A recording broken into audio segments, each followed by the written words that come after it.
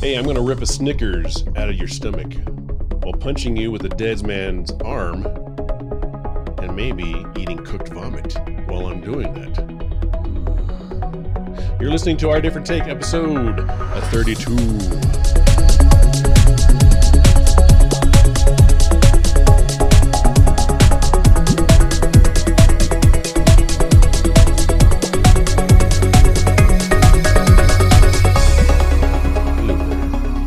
Welcome everyone to Our Different Take. My name is Brian, proud father of two awesome boys, Jedi podcaster, This is the Way, and to my left is Scott. Oh, welcome, Scott. Well, hello. I am Scott, and I'm from Texas. Proud or semi-proud, most of the time proud father of three lovely young women, who are they're all grown up now. So they're wondering what I'm doing playing on podcasts, but I'm playing with things that I'm interested in, like conspiracy theories, like the paranormal, the spiritual. I love stuff like alternative health, history, which is kind of what we're talking about tonight, and most other things that people think are just kind of weird. I like that kind of stuff. I agree. And your daughters are fans of the podcast They too, are. They are. They right? frequently make fun of me for the things that we say on here. So, yeah, I get them to listen to it every once in a while. Maybe they'll be listening tonight. All right, let's hope they're listening. We would like that. Well, tonight we're going to discuss some of the worst experiments ever done on humans, and that we're going to include psychological and physical, both realms in this podcast because there's cool stuff on both sides. Scott's going to be taking the psychological part, and I've got some examples of the physical experiments. I don't know, some of these that we found might not be necessarily the worst ever, but they are pretty interesting, and most people probably don't know about them. We'll start it off with a psychological one, and Scott, you are up. Yeah. So no, you have a psych degree too, right? Yes. Yeah. So we both learned about a lot of this kind of stuff when we were going through psychology. Some of it's just Psych 101 type stuff, and some of it is actually as jacked up as some of it kind of is. It's really pretty interesting, the things that they learned from these unethical experiments. And it's one of the things that got me to actually want to go to college and get a psychology degree, was when I read through some of this stuff in high school psych. And it just was so interesting to me that they were able to do the things that they did in these experiments. And it's just fascinating. I see it now today. As a old man, I look at what's going on in the world, and I'm like, a lot of the stuff that they're doing in the media and government and everything. I'm looking at it, I'm like, this is just a rehash of these old experiments that they did back in the 50s and the 60s. They learned an awful lot from this stuff, and Right. and they're using now what they learned on a mass scale. And since most people don't have a clue of what these old experiments were, they just fall for it. They're just like, oh yeah, okay, whatever. But some of this stuff, it's been around for a very long time, and it's just kind of interesting. They shut a lot of it down. I should say, in quotes, they shut a lot of it down. Right. That we know of. They no longer do it publicly, but you know that they're still doing this kind of stuff. It's just being done a little more covertly at this point. But regardless of how they're doing it now, they're using the information from what was obtained 60, 70 years ago in these unethical experiments. And just kind of interesting stuff. Some of it, though, I don't necessarily think has any fantastic usefulness to psychology. Some of it was just kind of some weird shit that they did in psych experiments. And you just kind of look at it and go, huh? Why did they do that?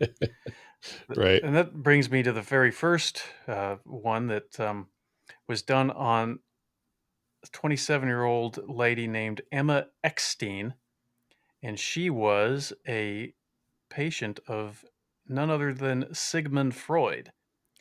I heard she didn't hang herself either. Eckstein, not Epstein. Oh, oh, sorry. Oh, sorry about that.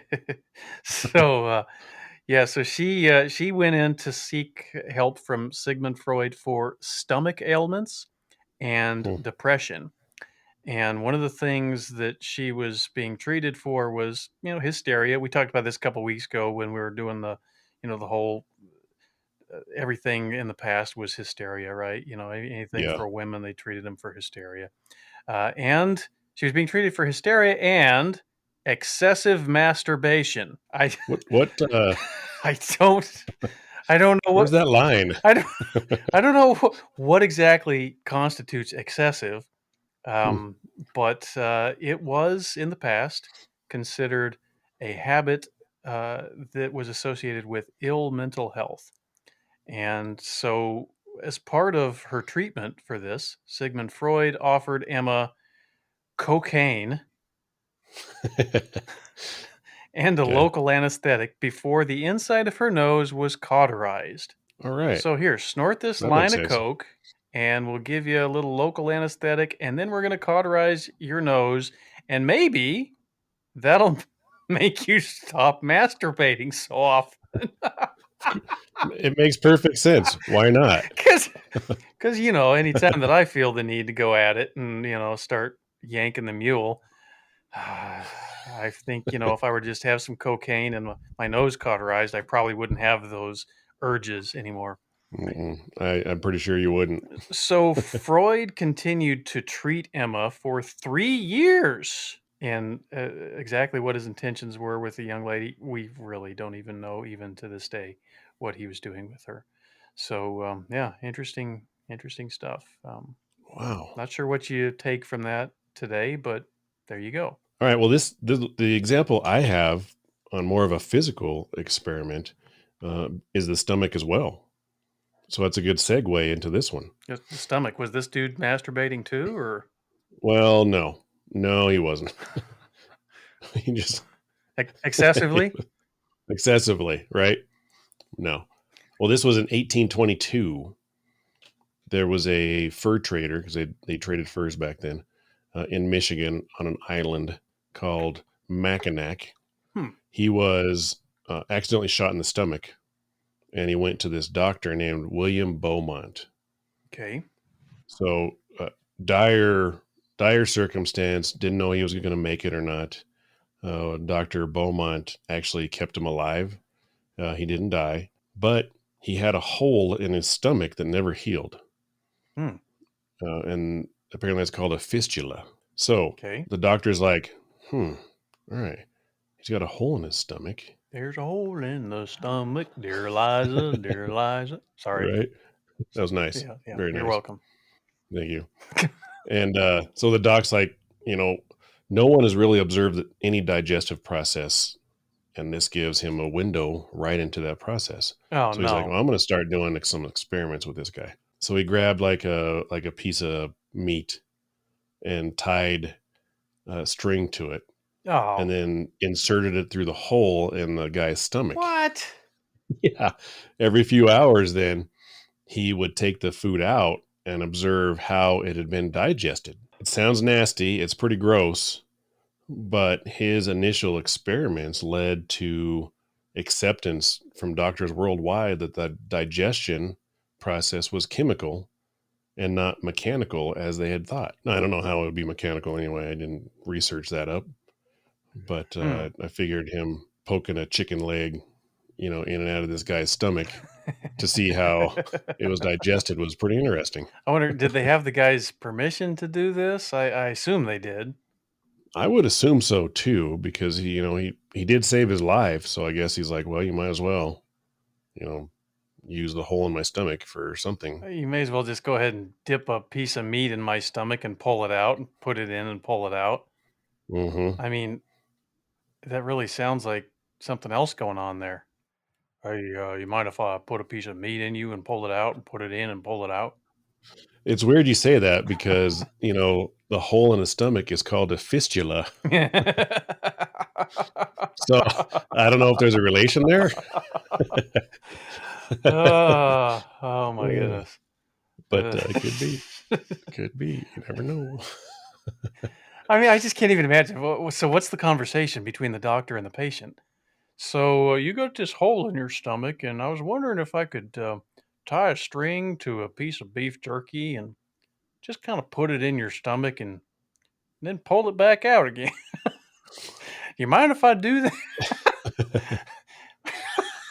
Well, wait a minute. There'd have to be some kind of flap or something, right? Because wouldn't his Ah, like the digestive juices spill out if it's just wide open? uh, I'm sure you'd that think doesn't make so. sense. You'd think so. I mean, that's the kind of stuff that, like, isn't it when you get those holes in your stomach? Is that kind of stuff that can kill you? Well, I'm pretty sure that it could. I mean, how do you keep it clean? Back in 1822, a fur trader, nasty around there. That's some good follow up questions there. He probably took a little bit of, like, the fur that he had captured and or trapped, cut a little piece of it off, and made it into a stomach flap. Yeah, I'm sure that would be the best way to do that. But, Hey, you got a soft, furry stomach there. Can I pet yeah, yeah, that's pretty sanitary, I'm sure. it? Yeah, uh, we're digressing here. Sorry about that. you're all right. Next, what have you got? Okay, so speaking of weird things, so this is one of the things. One of my favorite things is to see how the government that everybody seems to trust today has in the past done so many fucked up things to the very population that they're supposing to protect. So in the 1950s, all the way through the 1960s, the Central Intelligence Agency sponsored a mind control research project it called Operation Midnight Climax. True story here. This is true story. The purpose of the operation was to study the effects of LSD on people. And so non consenting individuals in San Francisco, New York were lured in by CIA paid prostitutes to safe houses where they were slipped mind altering substances like LSD, then monitored from behind one way glass. Over the next decade, Operation Midnight Climax, over the next decade, 10 years of that? Midnight Climax provided the government with extensive knowledge on topics such as mind altering drugs, surveillance technology, and even sexual blackmail. Our government would never do anything like that to us. They're on our side. That's only the commies that would do that stuff. Yeah, yeah. Happened right here in America. Fortunately for those unwitting test subjects, Operation Midnight Climax was shut down. Cough, cough. In 1965. Yeah, so Wow. officially it was shut down in 1965, but you know damn well stuff like that is still going on. It's still happening. Right. But the official experiment actually went on for about 10 years. Did you say LSD? LSD. There's been a lot of experiments with LSD. Yeah. Surveillance too, huh? Doesn't surprise me. Shouldn't surprise any of our listeners out there too that the government does that. All right, we've got another story. This is from the 1930s and 40s, and this has to do with the Japanese Imperial Army. They conducted biological warfare and medical testing on civilians. They think the death toll from some of these experiments it's unknown, but they're thinking about 200,000 may have died, Jeez. according to a 1995 New York Times report. They infected people with cholera, typhoid, plague ridden fleas to see how they reacted to them. Prisoners, they marched prisoners in freezing weather and then experimented on them to determine the best treatments for frostbite. So they forced them to get frostbite, tried to figure out how to fix it. Well, at least they were trying to fix it. I guess there's that Well, yeah, I guess there's always find the positive in something, I guess. little silver lining to that horrible thing. Hmm. Hmm. Former members of these units, they dosed prisoners with poison gas. They put these people in pressure chambers until their eyes popped out of their head. Good God, what makes Hmm. somebody do stuff like that? if if I hadn't said that it was the Japanese Imperial Army, you would think these are Nazis, right? Right? They dissected people while alive and conscious. Oh, After, get this, here we go again.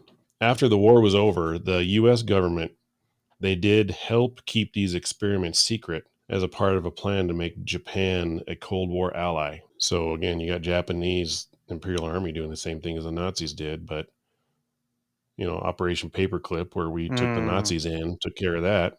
We're yeah. being friends with the Japanese that did these atrocities too, just so we can keep them as an ally. Hmm. There was a Amazon. I had some short stories, some short, those little 5 or 7 minute movies. You ever watch Mm-hmm. those? No. They're really interesting. Really good stuff sometimes because it's like the old Twilight Zone type stuff a lot of times. Oh They yeah. had one on this. They had a little short on this. It was really well done. I'm trying to remember the name of it. I can't right now, but yeah, it's horrible, horrible stuff. I can't. Absolutely It's horrible. like you got to wonder what. I mean, you got to in your mind not look at the people that you're working on as humans. Right. Otherwise, how could you do something like this? I don't know how you don't look at someone even as a human, or even if you think of them as an animal, because most people wouldn't do this to an animal. True, right? I can't imagine you like putting a cat or a dog into a chamber until their Jeez. eyes blew out. I mean, Right? it's awful. Much less a human. I know. Uh, Horrible.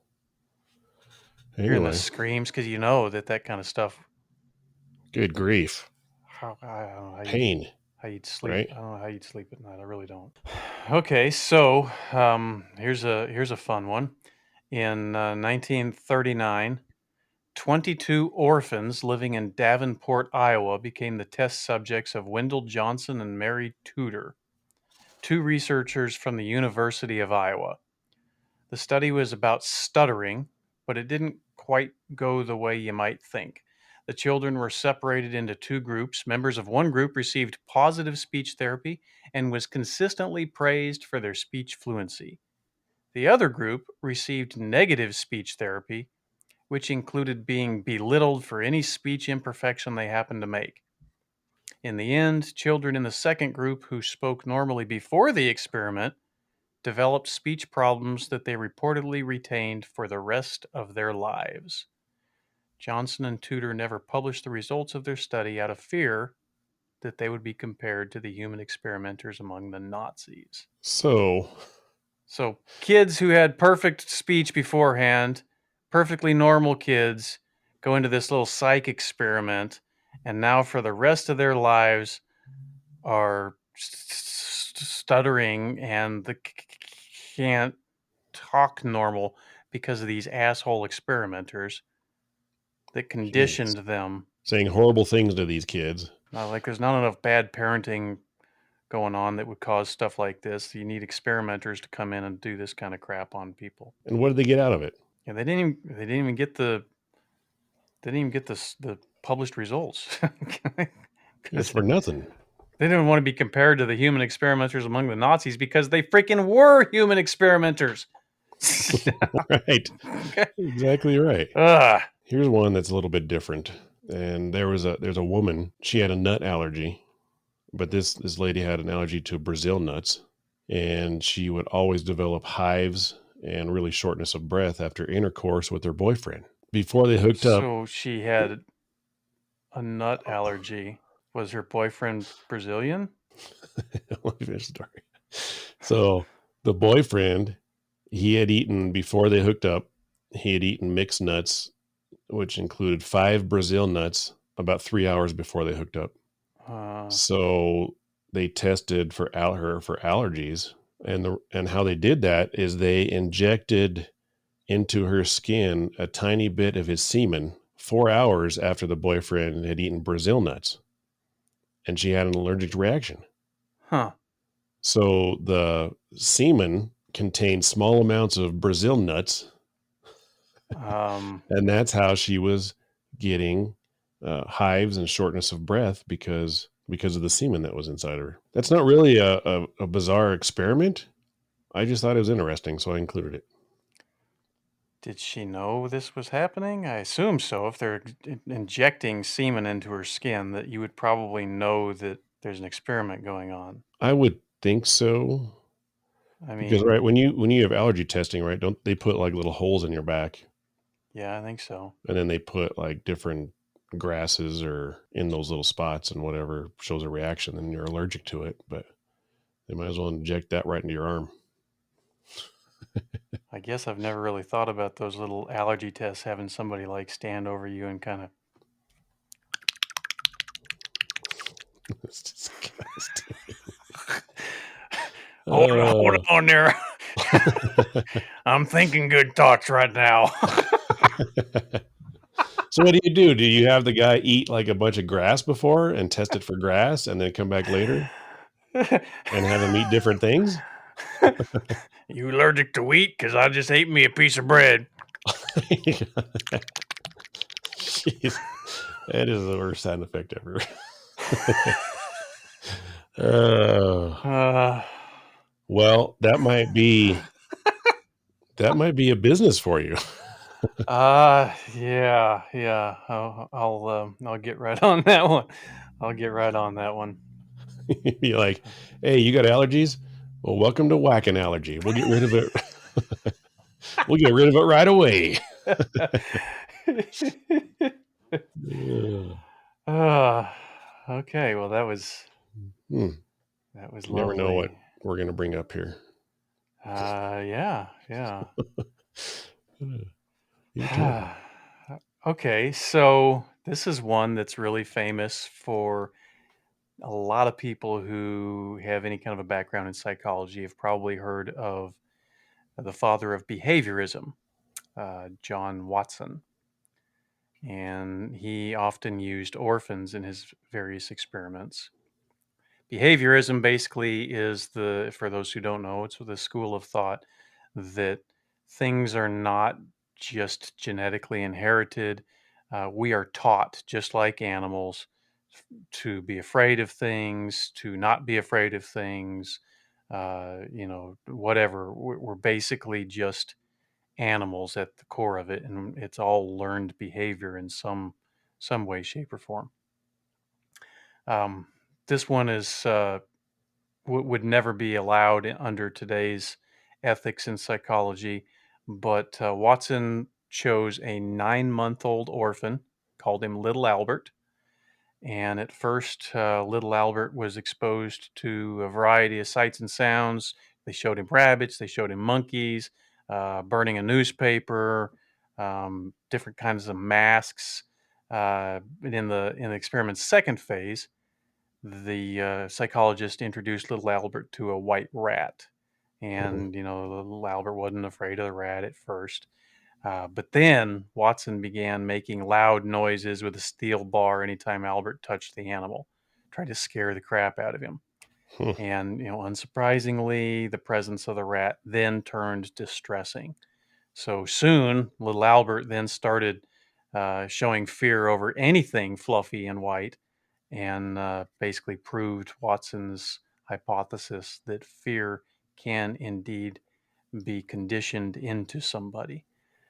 So, who knows what this little kid turned out to be, whether or not when he actually grew up, he was afraid of everything white and fluffy, but, they took this helpless little 9-month old and basically turned him into a scaredy cat. I wonder if he decided, well, instead of doing that on a little kid, which would be fairly easy to do, I would think. What about a 15-year-old or an adult? Or is your brain you're too old at that point to be trained that way? Yeah, I don't know. I don't know. I imagine if they're going to do this same kind of experiment ethically now, that they would have to use adults, but I'm sure that you probably can't get the same results as quickly because the mind is now already conditioned by a whole host of things. But, you can see, I think many of the things that are going on in today's society are exactly that. We get the media out there saying certain things over and over and over and over and over and over again, and it's like they're trying to condition us to Hmm. believe certain things, to act certain ways, to do certain things. things that seemingly did not exist 15 years ago. The media is now beating a drum that says, hey, they have existed for 100, 150 years.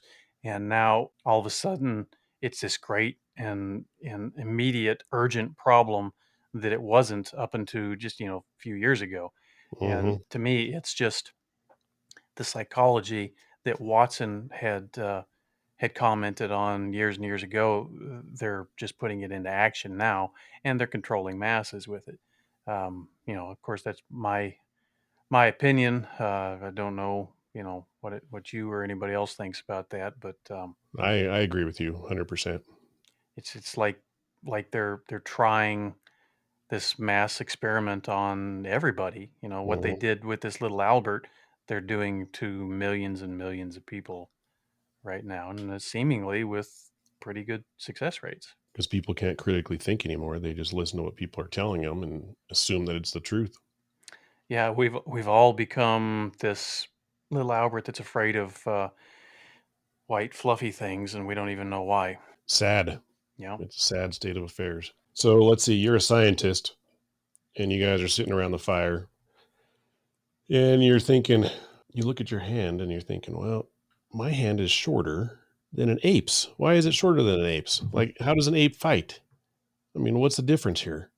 A human hand has shorter palms and fingers, but longer thumbs compared to that of an ape. So, do apes, is it so they can use various tools? But what happens if they are in a fight? What happens if there's an ape fight? Did you ever think about that? I never have thought about that. Not until Well, this moment, this but moment, now I'm thinking about it. these researchers figured out a way to test that hypothesis. And the best way to do this, they thought, well, we might as well, let's get 8 male cadavers, first of all. Let's round them up. Why don't we just sever their forearms? Because all we really need is the forearms. We don't need the whole body, really. Keep in mind, this experiment was published in 2015, so this wasn't in the 1920s. 2015. They took the cadaver arms, they mounted them on a wooden board, and suspended them from a pendulum so the hand could strike a padded surface with force when balled up as a fist, when delivering an open handed slap with the flat palm, because apes love slapping people, apparently. Yuck, yuck, yuck, yuck, yuck. So they were using these cadaver arms to strike these padded surfaces. After testing hundreds of fists and slaps with cadaver arms, researchers found out that a clenched fist packed twice the force of an open-handed slap. With a tight fist, you're able to strike with 55% more force than a loose fist.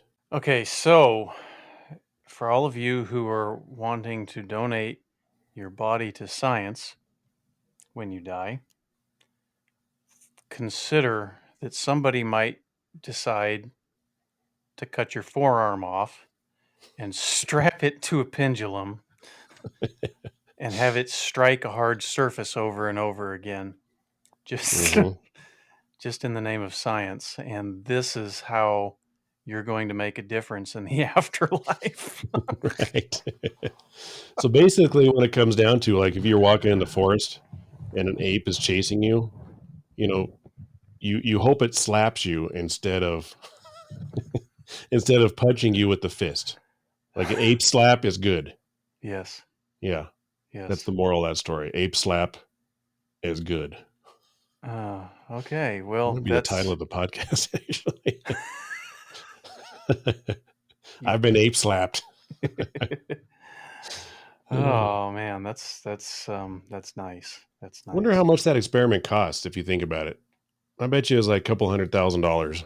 I bet you some university got a nice grant for that. How much is a cadaver? What's a cadaver cost? I suppose if you're an effective grave robber, they don't cost anything. Do people rob graves anymore? Yeah, I don't know. I don't do it, so I don't. I don't I, really hear that much anymore in the I circles that I run in. in the circles I used to run in. Yeah. I'm just wondering. Yeah, I don't know. I don't know, but I definitely am no longer interested in donating my body to science. Oh, this just in. Each whole body cadaver can cost between $2,000 to $3,000 to purchase. Man, the price of cadavers have just gone through the roof. Mm, Damn inflation. inflation is bad. It's hitting the Sheesh. cadaver market pretty good. I mean, I remember when cadavers are like $500. Back in the good old days, when Back in the good old days. you could get a cadaver for a dime. Well, you know, there's a all right, here's some more facts for you. Okay. A head can cost $500 in processing fees only, but a torso in good condition can fetch 5 grand. A Oh, spine can go for as much as 3,500. A knee 650. And in 2002, a pharmaceutical company paid $4,000 for a box of fingernails and toenails. ew. I mean, I could just clip those off, and maybe that's what I need to do. I'll just start clipping my nails off and just start selling those bad boys to pharmaceutical companies. Be like that scene of Dumb and Dumber, and you got to get out the the grinder. That's that was nasty. Uh, Nasty. well, there's a lot of money in that. Yeah, well, it's so expensive that it's really hard to get ahead these days. Nice one. Nice Okay, one. so in 1965, Martin Seligman conducted an unethical experiment using dogs. And we've probably all heard of this or something akin to it. Again, this is Psych 101 type stuff. The purpose of the experiment was to see how control could be perceived and if helplessness could be taught. You may have seen the meme on Facebook or the internet somewhere where it shows a donkey or a horse that's like tied to a chair, but the chair is like this little, 1 pound plastic chair, Mm, but the horse is not moving because he thinks he's tied to a chair, thinks he can't move. Well, that's kind of what this experiment was trying to prove. So Seligman placed a dog in a box, and this box was divided down the middle by a low barrier. He then administered a painful shock that the dog could escape simply by jumping over the barrier. Not surprisingly, every dog quickly figured out that if he jumped to the other side of the box, he could avoid the pain of the shock. Then the psychologist took experiment a little bit further. He harnessed a group of dogs together so that they were unable to escape when he shocked them. And the next day, he placed those same dogs individually in the original box. By this time, though, each dog, even though he could have simply jumped the barrier to safety, none of them did because they had been taught to be helpless. And again, here I am from my viewpoint, seeing this very thing happening in society, where they're telling people you don't have control over anything, you can't change anything. It's all hereditary. You can't do anything on your own. It's the way that the system is stacked against you, and you're a victim, and blah blah blah blah blah blah blah. And so they teach people, they train people to be helpless. Not to say that everybody can get out of every situation. Certainly there are exceptions to that, mhm. but clearly there are things where whoever they is, the powers that be, are teaching society to be helpless, and they're doing a damn good job of it. All right, here's the last one I've got. This was in the 19th century. There was a doctor in Philadelphia. Steuben's Firth was this guy's name. Back in the early 19th century, he saw that during the summer, yellow fever was crazy. He couldn't stop it, killing people left and right, and then disappeared in the winter. So he thought, well, this looks to me like yellow fever is not a contagious disease, but it could be caused, by an excess of stimulants, maybe heat, food, noise. He wasn't sure. And he didn't have proof. It was just a theory that he came up with. So he designed a self experiment, and this was him doing it on himself. He didn't experiment on any people or anything like that. but his goal was to demonstrate that no matter how much he exposed himself to yellow fever, that he would not catch it. So he started out by making small incisions on his arm. And by the way, kids, do not do this at home. Hmm. Disclaimer. He made small incisions on his arm, and he poured some fresh black vomit Ew. obtained from a yellow fever patient right into the Ew. cuts. Gross. Right? Well, he didn't get sick. He didn't Oh. get sick.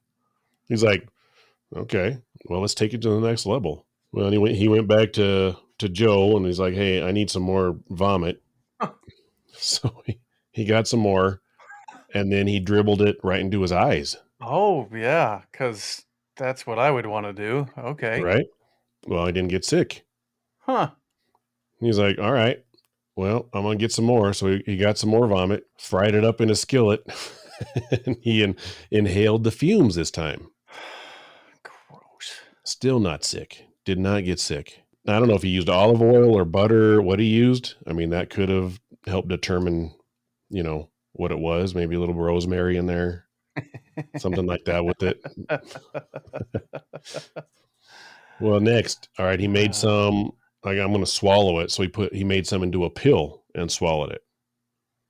Didn't get sick. He got an entire glass of pure, undiluted vomit and drank it. oh.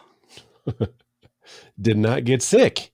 He didn't get Oh. sick. So he grabbed a ton of this stuff, huge bucket, and smeared himself all over with it. But he also mixed it with, again, this is from yellow fever patients.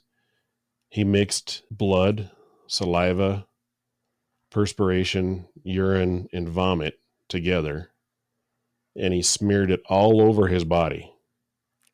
Oh, man. Was this dude married? Maybe he was.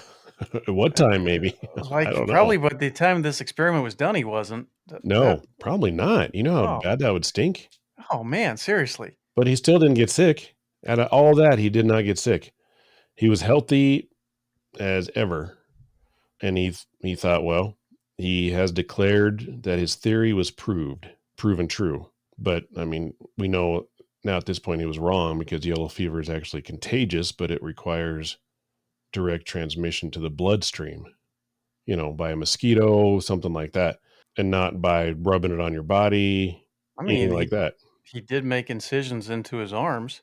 He did, but maybe they weren't deep enough to put it right into the bloodstream, maybe, would be my Huh. guess. Interesting. Yeah. He remained alive. He didn't get sick. And he thought he figured out yellow fever by frying up vomit in a skillet. Now, I guess this would be a perfect example of why anecdotal stories can be important, but should not be relied upon as gospel truth or scientific fact. Because here's one anecdotal story where a guy basically proved you can't get yellow fever from doing a whole bunch of things, that maybe he just had a really strong immune system.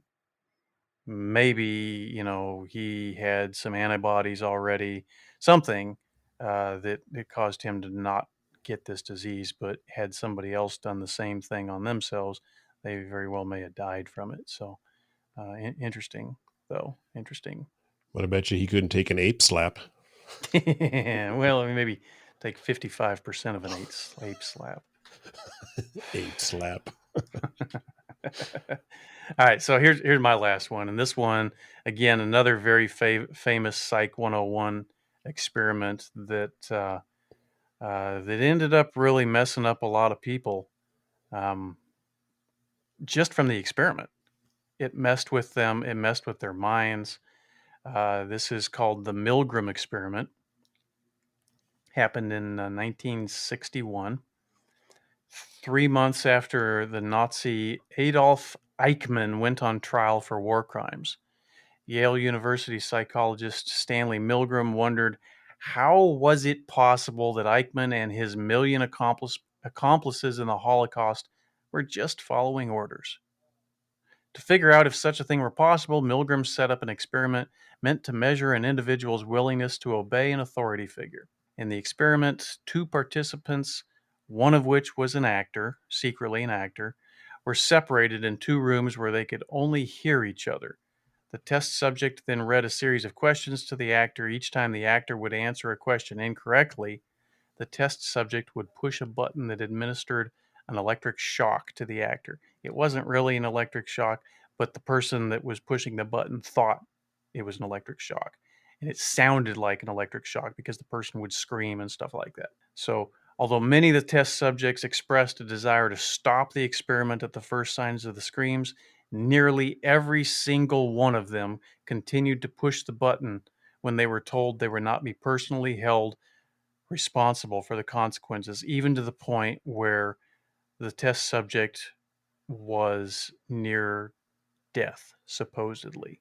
As long as they knew they weren't going to be held responsible for the consequences, they were just doing the experiment, then they obeyed. And so when these people found out that they were part of this experiment and that they had actually been willing to just about kill somebody just based on somebody's orders, of course, that really messed with their minds and really jacked a lot of them up for the rest of their lives.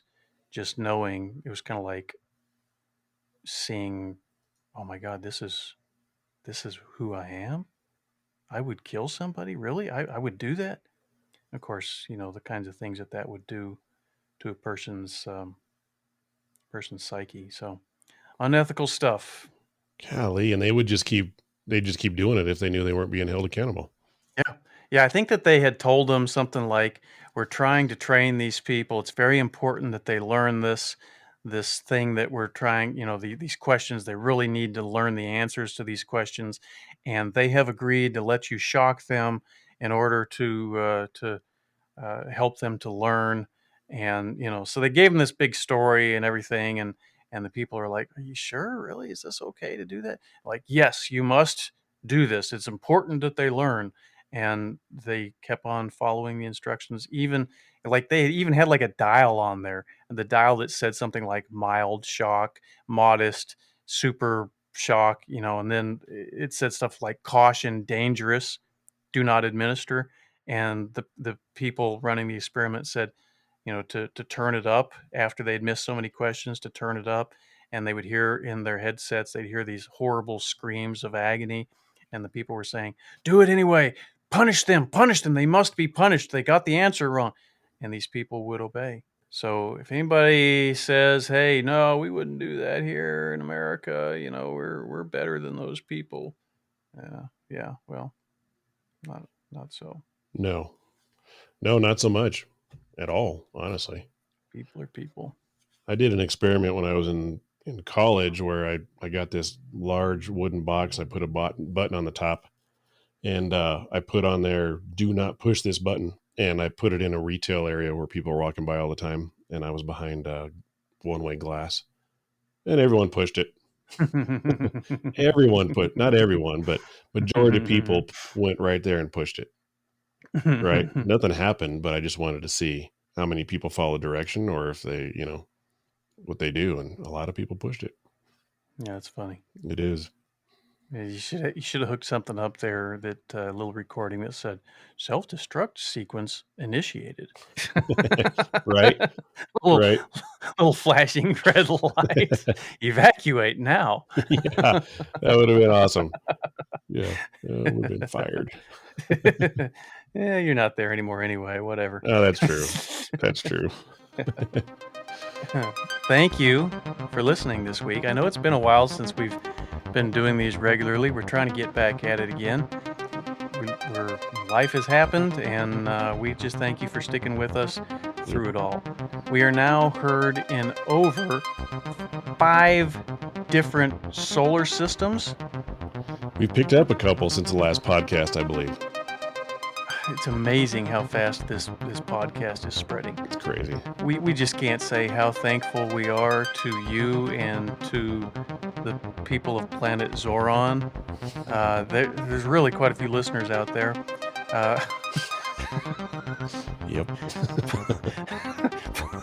Please call our voicemail line at 970-343-4594 to submit questions or comments, or go to ourdifferenttake.com or our Facebook group page called ODT Nation. Follow us on Instagram at Our Different Take. And please, please, please send us lots of spam. We love it when you send us spam. Just kidding, we don't, but you guys do it anyway, so whatever. Please send us your comments, suggestions, complaints, questions, or spam to show@ourdifferenttake.com. And don't forget to subscribe on Apple Podcasts and look for us wherever you get your podcasts from. We also have a YouTube channel called Our Different Take. Please subscribe and click the bell so that you'll be alerted when a new podcast is released. Just remember, question everything. Peace. Peace out.